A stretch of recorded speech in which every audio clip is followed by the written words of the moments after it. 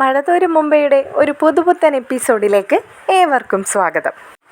വീട്ടിലെത്തുന്ന രോഹിത്തിനെയും ശരണ്യയെയും അകത്തേക്ക് കയറാൻ അനുവദിക്കാത്ത രീതിയിൽ പുറത്ത് തന്നെ നിർത്തിയിരിക്കുകയായിരുന്നു വൈജയന്തി. വൈജയുടെ വാക്കുകളെല്ലാം എത്രത്തോളം പോകുമെന്ന രീതിയിൽ, അതെല്ലാം കേട്ടിട്ട് ഇനിയും പ്രതികരിക്കാമെന്ന രീതിയിൽ തന്നെയായിരുന്നു ബാലചന്ദ്രൻ്റെയും ആ നിൽപ്പ്. എന്നാൽ അലീന ഇതിനൊന്നും താൻ മറുപടി പറയില്ലെന്ന ഭാവത്തിലും. രോഹിത്ത് വൈജയന്തിയോടായി ചോദിക്കുന്നുണ്ട്, ഇവളെ തടയാൻ നിങ്ങൾക്കെന്താണ് അധികാരമുള്ളത്?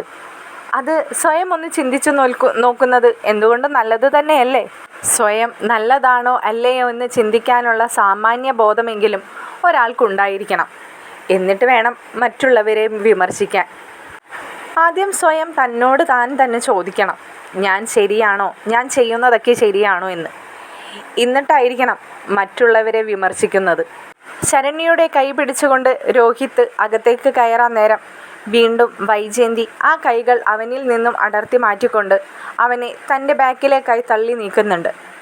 ശരണ്യയോടായി വൈജയന്തി ചോദിക്കുന്നുണ്ട്, നിനക്ക് എത്രത്തോളം ധൈര്യമുണ്ടായിരുന്നു ഇവൻ വിളിച്ചപ്പോഴേക്കും ഈ വീട്ടിലേക്ക് കയറി വരാൻ? കൊള്ളാം, ബാഗും എടുത്തവൾ പോന്നിരിക്കുന്നു എൻ്റെ മോനൊന്ന് വിളിച്ചപ്പോഴേക്കും. വൈജയന്തിയുടെ ആ വാക്കുകളെല്ലാം ശരണ്യയോടാണെന്ന് മനസ്സിലാക്കിക്കൊണ്ട് തന്നെ ബാലചന്ദ്രൻ അരികത്തേക്കായി ചെന്നിട്ട് വൈജയോട് ചോദിക്കുന്നുണ്ട്, നിന്നോട് ആരാണ് പറഞ്ഞത് അവളുടെ വഴി തടയാൻ? അവളെ കൂട്ടിക്കൊണ്ടുവന്നത് ഞങ്ങളാണെങ്കിൽ അവൾ ഈ വീടിനകത്തേക്ക് തന്നെ കയറിയിരിക്കും. ബാലചന്ദ്രൻ്റെയും മറുപടി കേട്ടപ്പോൾ ശരണ്യയ്ക്ക് താൻ കാരണം മറ്റൊരു വീട്ടിലും കൂടി പ്രശ്നങ്ങൾ ഉണ്ടാവുകയാണല്ലോ എന്ന് മനസ്സിലാക്കി ബാലചന്ദ്രന് നേരെ ശരണ്യ തിരിഞ്ഞു നിന്ന് പറയുന്നുണ്ട്, അങ്കിളെ, എനിക്ക് വേണ്ടി നിങ്ങൾ വഴക്കുണ്ടാക്കരുത്. ഞാൻ പൊയ്ക്കോളാം, എനിക്ക് വീട്ടിലേക്ക് തന്നെ പോകാവുന്നതേ ഉള്ളൂ. എങ്കിൽ അധികം താമസിച്ച് നിൽക്കണ്ട, വേഗം തന്നെ പൊയ്ക്കോ. വല്ല ഓട്ടോറിക്ഷോ എന്തെങ്കിലും വേണമെന്നുണ്ടെങ്കിൽ ഞാൻ തന്നെ വിളിച്ചു തരാം എന്ന് പറയുന്ന വൈജയോട് ബാലചന്ദ്രൻ ചോദിക്കുന്നുണ്ട്, അവളെ കൂട്ടിക്കൊണ്ടുവരാനായിട്ട് ഇവിടെ നിന്ന് ആരും ഓട്ടോറിക്ഷ ഒന്നും വിട്ടുകൊടുത്തിട്ടുണ്ടായിരുന്നില്ല. പിന്നെ തിരിച്ചയക്കാനും അതിൻ്റെ ആവശ്യമുണ്ടെന്ന് തോന്നുന്നുമില്ല. നീ വല്ലാതെ കിടന്ന് ബുദ്ധിമുട്ടണമെന്നുമില്ല. അല്ലെങ്കിൽ തന്നെ രോഹിത്ത് ചോദിച്ചതുപോലെ നീ ആരാണെന്ന് നിനക്കറിയാവുന്നതല്ലേ? ഞങ്ങൾക്കെല്ലാവർക്കും എല്ലാം അറിയാം. അത് നീയോ അറിഞ്ഞതാണ്. എന്നിട്ടും നീ ആരെ ബോധിപ്പിക്കാനാണ് ഈ കിടന്ന് നാടകം കളിക്കുന്നത്? എല്ലാവർക്കും എല്ലാം അറിയാവുന്നതാണെന്ന് ബാലചന്ദ്രന്റെ ആ വാക്കുകൾ കേട്ടപ്പോൾ അകത്ത് കയറാതെ നിൽക്കുന്ന പെട്ടെന്നൊന്ന് ഞെട്ടിക്കൊണ്ട് രോഹിത്തിനെ നോക്കുന്നുണ്ട്. ഇടയ്ക്കിടെ അവളെ നോക്കുന്നതായി കാണുന്നുണ്ടായിരുന്നു ബാലചന്ദ്രൻ. ബാലചന്ദ്രൻ തിരിഞ്ഞു നിന്നുകൊണ്ട് അലീനയോടായി പറയുന്നുണ്ട്, മോളെ, മനസ്സിലായില്ലേ ഓരോരുത്തരോട് ഉള്ളിലിരിപ്പ്? എത്രയൊക്കെ മുഖം മൂടി അണിഞ്ഞാലും ആ തനി സ്വഭാവം ഇടയ്ക്കെങ്കിലും പുറത്തു വരും. അത് ഒരു മനുഷ്യൻ്റെ ജന്മനാ ഉള്ളൊരു സ്വഭാവമാണ്. അതൊക്കെ മണ്ണോട് അലിയുന്നത് വരെ അവരുടെ ആ സ്വഭാവം മാറുന്നൊന്നുമില്ല. മോളിങ്ങോട്ട് കയറി വന്ന് ശരണ്യയും കൊണ്ട് അകത്തേക്ക് പോ. നീ ഈ വീട്ടിലുണ്ടെന്ന വിശ്വാസത്തിലാണ് ശരണ്യ ഇവിടേക്ക് വന്നത്. നിന്നെ ഇന്ന് തന്നെ തിരിച്ച് അങ്ങോട്ട് അയക്കാമെന്ന ഉറപ്പിലാണ് നിൻ്റെ പപ്പയിൽ നിന്നും ഞാൻ ഇന്നലെ നിന്നെ ഇവിടേക്ക് കൊണ്ടുവന്നത്. എന്തായാലും നീ ഇനി 2 ദിവസത്തേക്ക് ഇവിടെ നിന്നും പോകുന്നില്ല. നീ കയറി വാ മോളെ എന്ന് പറഞ്ഞുകൊണ്ട് അലീനയെ അകത്തേക്ക് വിളിക്കുകയാണ് ബാലചന്ദ്രൻ. അലീന ബാലചന്ദ്രൻ്റെ വാക്കുകൾ കേട്ടപ്പോൾ ശരണ്യയുടെ കൈയും പിടിച്ച് അലീന അച്ഛൻ്റെ വാക്കുകൾ കേട്ടുകൊണ്ട് തന്നെ അകത്തേക്ക് പോകുന്നുണ്ട്. അവരുടെ ആ പോക്ക് കണ്ട് വൈജ രോഹിത്തിനെ നോക്കുകയാണ്. രോഹിത്തിനെ നോക്കുന്ന ആ നോട്ടം രോഹിത്തിന് അതിൻ്റെ അർത്ഥവും മനസ്സിലാവുന്നുണ്ട്. രോഹിത്ത് വൈജയുടെ സംശയം തീർക്കുക എന്ന വണ്ണം രോഹിത്ത് അതിനുള്ള മറുപടി കൊടുക്കുകയാണ്. പേടിക്കണ്ട, അവളെ ഞാൻ വിവാഹം കഴിച്ച് കൂട്ടിക്കൊണ്ടു വന്നതൊന്നുമല്ല. അവളെ എനിക്കെൻ്റെ കൃഷ്ണമോളെയും ബബിതയെയും അലീനേച്ചിയും പോലെയൊക്കെ തന്നെയാണ്. അതിനപ്പുറത്തേക്ക് അവളും ഞാനും തമ്മിൽ യാതൊരു ബന്ധവുമില്ല. അവൾ ഞാനും കൂടിയും കാരണക്കാരിയാണല്ലോ ഇന്നത്തെ ഈ അവസ്ഥയ്ക്കെന്ന് മനസ്സിലാക്കിക്കൊണ്ടാണ് അവളെയും ഞാൻ ഇന്ന് ഈ വീട്ടിലേക്ക് ഒരാഴ്ചത്തേക്കെങ്കിലും കൂട്ടിക്കൊണ്ട് വന്നത്. അവൾ എൻ്റെ കൂടെ പോകുന്നതും എന്നെ കണ്ടിട്ടൊന്നുമല്ല, അവൾക്ക് ആ ചേച്ചിയോടുള്ള സ്നേഹം കൊണ്ടാണ്. മനസ്സിലാക്കാൻ പറ്റുമെങ്കിൽ മാത്രം മനസ്സിലാക്കാം എന്ന് പറഞ്ഞുകൊണ്ട് രോഹിത്തും അകത്തേക്ക് തന്നെ പോവുകയാണ്. ആരൊക്കെ എന്തൊക്കെ പറഞ്ഞിട്ടും വൈജയ്ക്ക് ശരണ്യയോടുള്ള ആ ദേഷ്യം അങ്ങ് മാറുന്നുണ്ടായിരുന്നില്ല. വൈജയന്തിയുടെ സ്വഭാവം എല്ലാവർക്കും അറിയാവുന്നതാണല്ലോ. ഒരാളോട് ദേഷ്യം തോന്നിയാൽ വൈജ അങ്ങേയറ്റത്തേക്ക് അയാളോടത് പ്രകടിപ്പിക്കുക തന്നെ ചെയ്യും. വൈജയ്ക്ക് പണ്ടേ മുതലുള്ള സ്വഭാവമാണെന്ന് നമ്മൾക്കും അറിയാവുന്നതാണ്. എന്നാൽ അലീന ഇന്നലെ ഈ വീട്ടിൽ വന്നപ്പോൾ മുതൽ തനിക്കൊന്ന് മിണ്ടാനായിട്ട് അവിടെയും ഇവിടെയും അലീന ഒറ്റയ്ക്ക് നിൽക്കുന്നതെല്ലാം നോക്കി നടക്കുകയായിരുന്നു വൈജയന്തി. അതിനുള്ള ഒരു അവസരം അലീനയും ഒരുക്കുന്നില്ലായിരുന്നു. അലീന ഒഴിഞ്ഞു മാറി തന്നെ നടക്കുകയായിരുന്നു. അലീന ശരണ്യയുമായി നേരെ പോയത് അവളുടെ തന്നെ പഴയ മുറിയിലേക്കാണ്. ശരണ്യയ്ക്കായി ആ മുറി പരിചയപ്പെടുത്തി കൊടുത്തു അലീന. നീ പോകുന്നത് വരെ ഇതായിരിക്കും നിൻ്റെ മുറിയെന്ന് പറഞ്ഞുകൊണ്ട്. എന്നാൽ അവളുടെ മുഖത്ത് നിന്നും ഒരു സന്തോഷം കാണാതായപ്പോൾ വല്ലാത്ത വിഷമം തോന്നി അലീനയ്ക്ക്. അലീന ശരണ്യയോടായി പറയുന്നുണ്ട്, മോളെ, നിനക്കറിയാമോ, ഈ വീട്ടിൽ വന്നിട്ട് ആ മേഡത്തിൻ്റെ വാക്കുകളും ഓരോ പ്രവൃത്തികളും എത്രയൊക്കെ സഹിച്ചിട്ടാണ് ഈ നിമിഷം വരെ ഞാൻ നിന്നു പോയതെന്ന്. എൻ്റെ മുമ്പിലാണോ നീ ഈ വിഷമം കാണിക്കുന്നത്? ഒന്നും ആലോചിച്ച് വിഷമിക്കണ്ട, എല്ലാം ശരിയാവും. മേഡം ഈ കാണിക്കുന്ന പൊട്ടിത്തെറി മാത്രമേ ഉള്ളൂ, ഉള്ളിൽ പ്രത്യേകിച്ച് കാര്യമായിട്ടൊന്നുമില്ല എന്ന് തമാശ രൂപം പറയുന്നുണ്ട്. ഇത് കേൾക്കുന്ന ശരണ്യ പതിയൊന്ന് പുഞ്ചിരിക്കുന്നുണ്ട്. ഓ, ഒന്ന് പുഞ്ചിരിച്ച് കണ്ടല്ലോ, അത് മതി. എന്തായാലും ബബിതയും കൃഷ്ണമോളും ഇപ്പോൾ വരും, നിന്നോട് കൂട്ടുകൂടാൻ അവരുണ്ടാവുമല്ലോ. ഞാനെന്തായാലും ഫ്രഷായിട്ട് ഞങ്ങൾ പോയി വരാൻ നോക്കട്ടെ. 3 മണിയാകുമ്പോഴേക്കും മനുവേട്ടൻ വരാമെന്നല്ലേ പറഞ്ഞിരിക്കുന്നത്. മോളും ഒന്ന് ഫ്രഷ് ആവാനുള്ള ഡ്രസ്സൊക്കെ എടുത്ത് വെച്ചോളൂ കേട്ടോ. അപ്പോഴേക്കും അവരും ഇങ്ങെത്തും. അപ്പോൾ അവരെ നിന്നെ ഏൽപ്പിച്ചിട്ട് വേണം എനിക്ക് പോവാനായിട്ട്. അലീന ഇത്രയൊക്കെ പറഞ്ഞിട്ടും ശരണ്യയിൽ ഒരു ഭാവമാറ്റവും കാണാതായപ്പോൾ അലീന തന്നെ ചോദിക്കുന്നുണ്ട്, എന്താടാ, എന്തു പറ്റി? ചേച്ചിയുടെ ഒപ്പം ഞാൻ കൂടെ വന്നോട്ടെ? അയ്യോ, എവിടേക്ക്? ചേച്ചി പോകുന്നിടത്തേക്ക്? ഞാൻ പുറത്തിറങ്ങത്തില്ല, ആ കാറിൽ തന്നെ ഇരുന്നോളാം. അയ്യോ വേണ്ട മോളെ, നിനക്കത് വല്ലാത്തൊരു മാനസിക സമ്മർദ്ദം ഉണ്ടാവും. നീ ടെൻഷൻ അടിക്കണ്ട. എന്നേക്കാളും മേഡത്തിനായിട്ട് പൊരുതി നിൽക്കാനേ ബബിതയും കൃഷ്ണമോളും നല്ല ഉഷാറാ. നീ പേടിക്കാതിരിക്കേ. അലീന വാഷ്റൂമിലേക്കായി കയറി പോകുന്നുണ്ട്. കുറച്ച് സമയങ്ങൾക്ക് ശേഷം അലീന ഫ്രഷപ്പായി തിരിച്ചു വരുമ്പോൾ ശരണ്യയോടും പറയുന്നുണ്ട്, ഇനി മോള് പോയൊന്ന് ഫ്രഷായിട്ട് വായോ, ഞാൻ അപ്പോഴേക്ക് നിനക്ക് കഴിക്കാനോ കുടിക്കാനോ എന്തെങ്കിലും എടുത്തിട്ട് വരാമെന്ന്. അലീന പതിയെ റൂമിൽ നിന്നും പുറത്തേക്ക് ഇറങ്ങുന്നുണ്ട്. അവിടെ എവിടെയോ വൈജയന്തിയെ അലീനയ്ക്ക് കാണാമായിരുന്നു. അലീന ഒരു തരി പോലും കണ്ട ഭാവം നടിക്കാതെ നേരെ കിച്ചണിലേക്ക് ചെന്നു. കിച്ചണിൽ പുതിയ സെർവൻ്റ് ഉണ്ടായിരുന്നു. ആയ ചേച്ചിയോടായിട്ട് അലീന പറഞ്ഞു, ഞാനൊരു കോഫി ഇടുന്നുണ്ട് കേട്ടോ. അയ്യോ കുഞ്ഞെ, അത് ഞാനിട്ട് തരാമല്ലോ. ഇന്നലെ തുടങ്ങി ഞാൻ പറയുന്നതല്ലേ, എന്നോട് എന്ത് വേണമെങ്കിലും പറഞ്ഞാൽ മതിയെന്ന്. അപ്പോൾ അലീന ആ ചേച്ചിയോടായി പറയുകയാണ്, ഇല്ല, എനിക്കങ്ങനെ ആരോടും പറഞ്ഞ് എന്തെങ്കിലും ചെയ്യിക്കുന്നതായിട്ടുള്ള ശീലമില്ലാത്തതുകൊണ്ടാണ്. എല്ലാം എൻ്റെ കാര്യങ്ങളൊക്കെ ഞാൻ തന്നെയാണ് ചെയ്യുന്നത്, അതുകൊണ്ട് എനിക്ക് വിഷമമൊന്നുമില്ല കേട്ടോ എന്ന് പറഞ്ഞുകൊണ്ട് അലീന ശരണ്യയ്ക്കുള്ള ചായയും സ്നാക്സും ഒക്കെ എടുത്ത് തിരിച്ച് റൂമിലേക്ക് തന്നെ വരുന്നുണ്ട്. അലീന ചായയുമായി റൂമിലെത്തുമ്പോൾ ശരണ്യയും ഫ്രഷപ്പായി അവിടെ ഇരിക്കുന്നുണ്ടായിരുന്നു. ശരണ്യയെ കണ്ടപ്പോൾ അലീന ഹാപ്പി ആയില്ലേ? ഇപ്പോഴും മുഖം വീർപ്പിച്ച് തന്നെ ഇരിക്കുകയാണല്ലോ. ഇല്ല ചേച്ചി, കുഴപ്പമൊന്നുമില്ല. ചേച്ചിയൊക്കെ പെട്ടെന്ന് ഇങ്ങ് എത്തുമോ തിരിച്ച്? ഓ എത്തും മോളെ, കൂടി വന്ന ഒരു 2-3 മണിക്കൂർ, അപ്പോഴേക്കും ഞാനിങ്ങെത്തും. നീ പേടിക്കണ്ട, നിനക്കിവിടെ എന്നെ പോലെ തന്നെ ബബിതയെയും കൃഷ്ണമോളെയും ഒക്കെ പരിചയമുള്ളതല്ലേ. അവർ വരുമ്പോൾ നിങ്ങൾക്ക് 3 കൂടിയും പുതിയ കഥകളൊക്കെ പറഞ്ഞ് ഇരിക്കാം കേട്ടോ. അപ്പോഴേക്കും തിരിച്ച് ഞാനും ഇങ്ങെത്തും. ഞാനും വന്നതിന് ശേഷം നമുക്കിന്നിവിടെ അടിച്ചു പൊളിച്ചാഘോഷിക്കാം എന്ന് പറഞ്ഞുകൊണ്ട് അലീന ശരണ്യയ്ക്കുള്ള കോഫിയൊക്കെ എടുത്തു കൊടുക്കുകയാണ്. ശരണ്യ കോഫിയൊക്കെ കുടിച്ചുകൊണ്ടിരിക്കുന്ന നേരത്തെ തന്നെ 2 ആൾക്കാർ ആ റൂമിലേക്ക് കയറി വരുന്നുണ്ട്. വേറെ ആരുമല്ല, ബബിതയും കൃഷ്ണമോളും ആയിരുന്നു.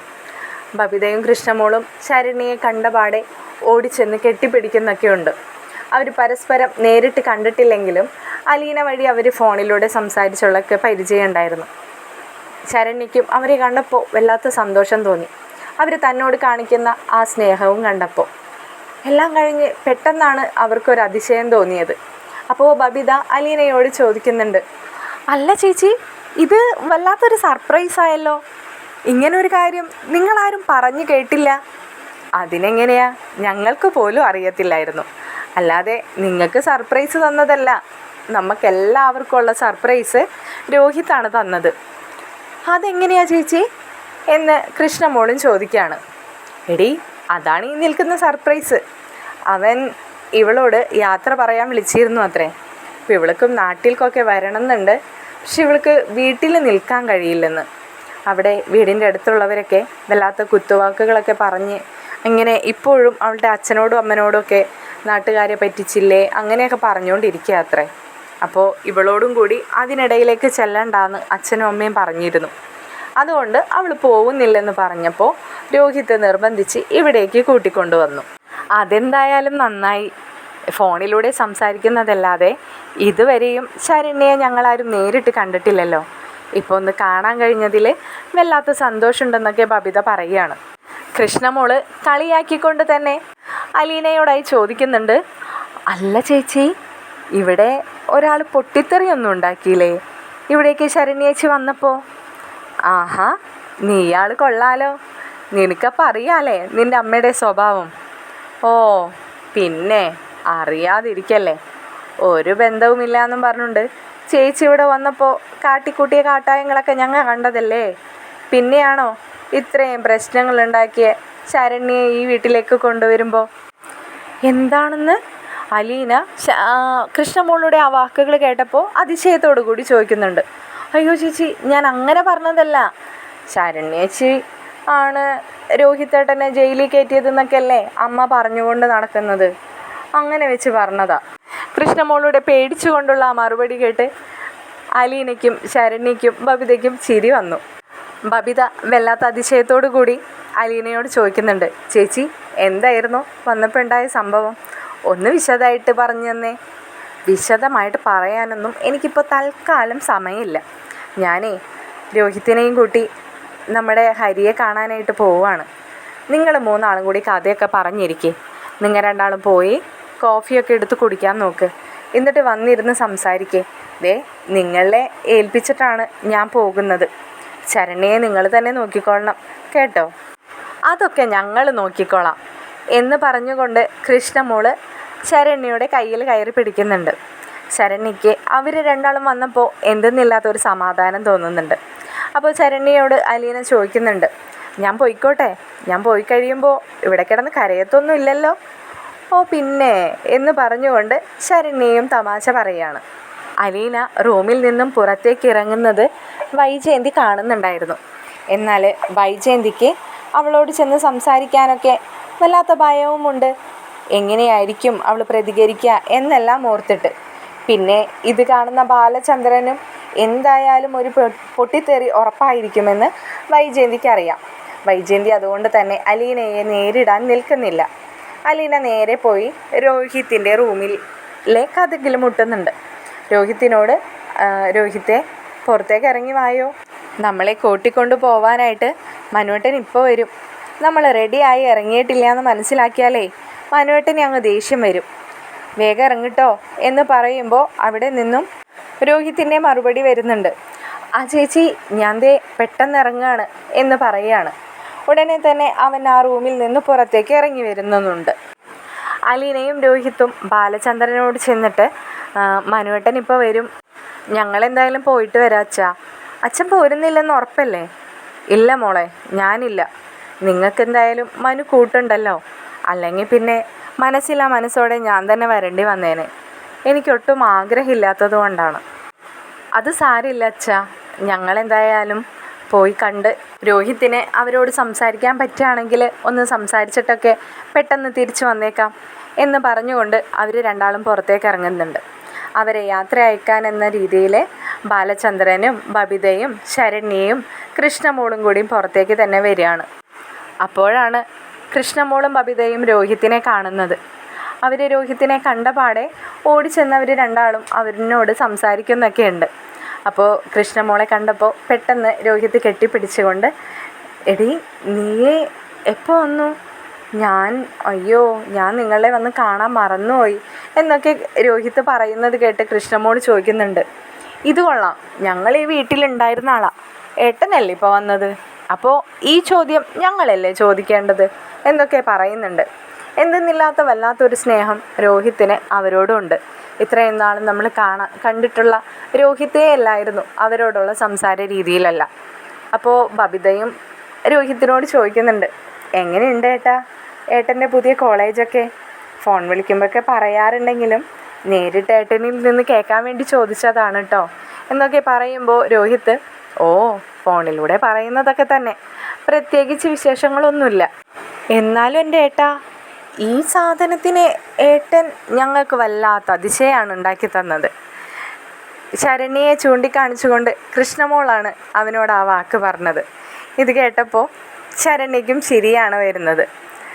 കൃഷ്ണമോൾ വീണ്ടും പറയുന്നുണ്ട്, എന്തായാലും ഏട്ടനെ ചേച്ചിയെ കൂട്ടിക്കൊണ്ട് വരാൻ തോന്നിയതിൽ വല്ലാത്ത സന്തോഷമുണ്ട്. കാരണം ഞങ്ങളെപ്പോഴും ചേച്ചിയുടെ ഒപ്പം ശരണ്യേച്ചിയോട് ഫോണിലൊക്കെ സംസാരിക്കുന്നതാണല്ലോ, നേരിട്ട് കാണാനൊക്കെ കഴിഞ്ഞല്ലോ, അതിൽ വല്ലാത്ത സന്തോഷമുണ്ട്. അപ്പോഴാണ് പറയുന്നേ കുറച്ച് ദിവസം ഇവിടെ ഉണ്ടാവുമെന്ന്. കുറച്ച് ദിവസമൊന്നുമില്ല പെണ്ണേ, 2 ദിവസം. ഇന്നും നാളെയും. മറ്റന്നാൾ രാവിലെ തന്നെ ഞങ്ങൾ പോകും. അതിന് പിറ്റേ ദിവസം ഞങ്ങൾക്ക് 2 ആൾക്കും ക്ലാസ് ഉള്ളതാ. അതെയോ, അങ്ങനെയാണോ? ഓ അത് ശരി. അലീനേച്ചി പറഞ്ഞപ്പോൾ ഞാൻ വിചാരിച്ചു കുറച്ച് ദിവസം ഏട്ടൻ ഇവിടെ ഉണ്ടാവും, അപ്പോൾ ശരണ്യേച്ചി ഉണ്ടാവും എന്നൊക്കെയാണ്. അവർ സംസാരിച്ചു കൊണ്ട് നിൽക്കലെ തന്നെ ഗേറ്റിൽ വന്നിട്ട് മനുവിൻ്റെ കാറ് ഹോൺ അടിക്കുന്നുണ്ട്. മനുവാണ് വന്ന് നിൽക്കുന്നതെന്ന് മനസ്സിലാക്കിക്കൊണ്ട് തന്നെ അലീന അകത്തേക്ക് വരാനായിട്ട് കൈ കൊണ്ട് കാണിക്കുന്നുണ്ട്. ഇത് കണ്ട മനു അകത്തേക്ക് കാർ എടുക്കുകയാണ്. മനു കാറ് അടുപ്പിക്കും തോറും ശരണ്യയെയാണ് കാണുന്നതെന്ന് മനുവിന് മനസ്സിലാവുന്നുണ്ട്. മനു അടുത്തെത്തിയപ്പോൾ പെട്ടെന്ന് കാറ് സഡൻ ബ്രേക്ക് ഇട്ട് നിർത്തി കാറിൽ നിന്നും പുറത്തേക്ക് ഇറങ്ങുകയാണ്. ശരണ്യയെ കണ്ടതും വല്ലാത്തൊരു ഷോക്കായ പോലെ മനു ഇങ്ങനെ ചോദിക്കുന്നുണ്ട്, ദൈവമേ ഇതാരായി നിൽക്കുന്നേ? എൻ്റെ കണ്ണുകൾക്കിത് വിശ്വസിക്കാമോ? ശരണ്യ പെട്ടെന്ന് ചിരിച്ചുകൊണ്ട് മനുവേട്ടനോട്, ഞാൻ തന്നെയാണ് മനുവേട്ടാ എന്ന് പറയുകയാണ്. ഇവരുടെയൊക്കെ സംസാരങ്ങളും കളിയും ചിരിയൊക്കെ അകത്ത് നിന്ന് വിൻഡോയിലൂടെ കാണുന്ന വൈജയ്ക്ക് വല്ലാത്തൊരു അതിശയം തോന്നുകയാണ്. ഇവരൊക്കെ ഇത്ര പെട്ടെന്ന് ഇത്ര അടുപ്പായോ? ഇവരൊക്കെ എല്ലാം മറന്നോ എന്നൊക്കെ ആലോചിക്കുന്നുണ്ട്. ഇതേ സമയം മനു എങ്ങനെയാണ് വന്നത്, എപ്പോഴാണ് വന്നത് എന്നൊക്കെ ചോദിക്കുമ്പോൾ രോഹിത്ത് പറയുന്നുണ്ട്, മനുവേട്ട അതൊക്കെ ഞാൻ പോകുന്ന വഴി വിശദമായിട്ട് എന്നെ പറഞ്ഞു തരാം എന്ന് പറഞ്ഞുകൊണ്ട് അവർ 3 പേരും കാറിൽ കയറുന്നുണ്ട്. മനുവും എല്ലാവരോടും യാത്ര പറഞ്ഞ് അവരെയും കൊണ്ട് പോവാൻ റെഡിയാവാണ്. കാറിൽ കയറിയിരുന്ന രോഹിത്ത് തിരിച്ച് കാറിന് പുറത്തേക്ക് തലയിട്ടുകൊണ്ട് അച്ഛനോടായി പറയുന്നുണ്ട്, അച്ഛാ ആ പെൺകുട്ടിയെ നോക്കിക്കോളണേ, ഇവിടെ ഉള്ളവരുടെ സ്വഭാവമൊക്കെ അച്ഛനെയൊക്കെ അറിയാവുന്നതാണല്ലോ എന്ന് പറയുമ്പോൾ ബാലചന്ദ്രൻ ചിരിച്ചുകൊണ്ട്, നീ പോവാൻ നോക്ക്, തിരിച്ചു വരുമ്പോൾ അവൾ അതേപോലെ തന്നെ ഇവിടെ ഉണ്ടാവും, അതിനപ്പുറത്തേക്ക് ധൈര്യമൊന്നും ഇപ്പം ഇവിടെ ആർക്കും ഇല്ലടാ എന്ന് പറയുകയാണ്. ഇത് കേട്ട മനു, അതെന്താ അത് അങ്ങനെ ഒരു വർത്താനം? ഒന്നും പറയണ്ടെന്നെ മനുവേട്ടാ, ചെറിയൊരു ഭൂകമ്പം കഴിഞ്ഞിട്ട് നിൽക്കുന്ന നിൽപ്പാണ് ഞങ്ങളെല്ലാവരും. അതെയോ, അപ്പോൾ കുറച്ച് മുമ്പ് വന്നിരുന്നുവെങ്കിൽ ആ ഭൂകമ്പത്തിൽ എനിക്കും കൂടി ഉൾപ്പെടാമായിരുന്നു അല്ലേ? അതെ അതെ, മനുവേട്ടൻ കൂടി ഉണ്ടായിരുന്നെങ്കിൽ അത് ചെറിയ ഭൂകമ്പത്തിൽ നിന്നത് വലിയൊരു ഭൂകമ്പത്തിലേക്കായി മാറിയേനെ. അല്ല, ഇതെന്താ ഇത്ര ചെറിയ ഭൂകമ്പവും വലിയ ഭൂകമ്പവും? ആരാ ഇവിടെ ഭൂകമ്പം ഉണ്ടാക്കിയേ? ഭൂകമ്പം എന്ന് പറഞ്ഞാൽ ഒരു ബോംബിട്ടെന്ന് തന്നെ വേണമെങ്കിൽ പറയാം. ബോംബിട്ടത് ഞാൻ തന്നെയായിരുന്നു. ആ ബോംബാ ഇപ്പം തന്നെ നമ്മൾ വീടിൻ്റെ ഫ്രണ്ടിൽ കണ്ട ബോംബ്. ആര്? ശരണ്യയോ? മനു ചിരിച്ചുകൊണ്ട് ചോദിക്കുകയാണ്. അതെ അതെ, അത് തന്നെ. പക്ഷേ ഇവിടെ വന്നപ്പോൾ ആ ബോംബിനെ പൊട്ടിത്തെറിപ്പിച്ചത് ആരായിരിക്കുമെന്നറിയാമല്ലോ?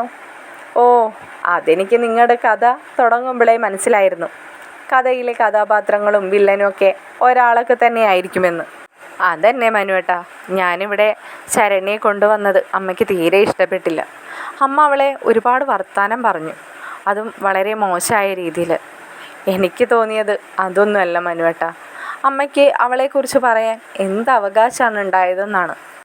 അതൊക്കെ അങ്ങനെ തന്നെയാണ് രോഹിത്തെ, അതിലൊന്നും വലിയ അതിശയില്ല. നമ്മളൊക്കെ എത്ര തെറ്റ് ചെയ്താലും അതൊക്കെ മറച്ചു വെച്ചിട്ട് മറ്റുള്ളവരെ തെറ്റിനെ വിമർശിക്കാനാണ് നമ്മളിൽ പലർക്കും ഇഷ്ടം. ഇതതുപോലൊരു തെറ്റാണോ മനുവേട്ടാ? ശരണ്യയ്ക്ക് സംഭവിച്ചത് അറിയാതെ, അവൾ പോലും അറിയാതെ സംഭവിച്ചു പോയതാണ്. പക്ഷേ എൻ്റെ അമ്മയ്ക്ക് സംഭവിച്ചത് അങ്ങനെ ആയിരുന്നില്ലല്ലോ. മനുവേട്ടാ, ഞാൻ എന്നെ പോലും ന്യായീകരിച്ച് സംസാരിക്കുന്നതല്ല. പക്ഷേ അമ്മയ്ക്ക് സ്വയം അറിയാലോ അമ്മ എന്താണെന്ന്. അമ്മ എന്താണെന്ന് ഞങ്ങളെല്ലാവരും മനസ്സിലാക്കിയതാണെന്നും അമ്മയ്ക്ക് അറിയാലോ. എന്നിട്ടും അമ്മ എന്തിനാണ് ഇങ്ങനെ മറ്റുള്ളവരുടെ മുമ്പിൽ നാടകം കളിക്കുന്നതെന്നാണ് എനിക്ക് മനസ്സിലാവാത്തത്. എന്തായാലും എല്ലാം കഴിഞ്ഞു പോയില്ലേ രോഹിത്തെ. നീ ഇനി അതൊന്നും കാര്യമാക്കണ്ട.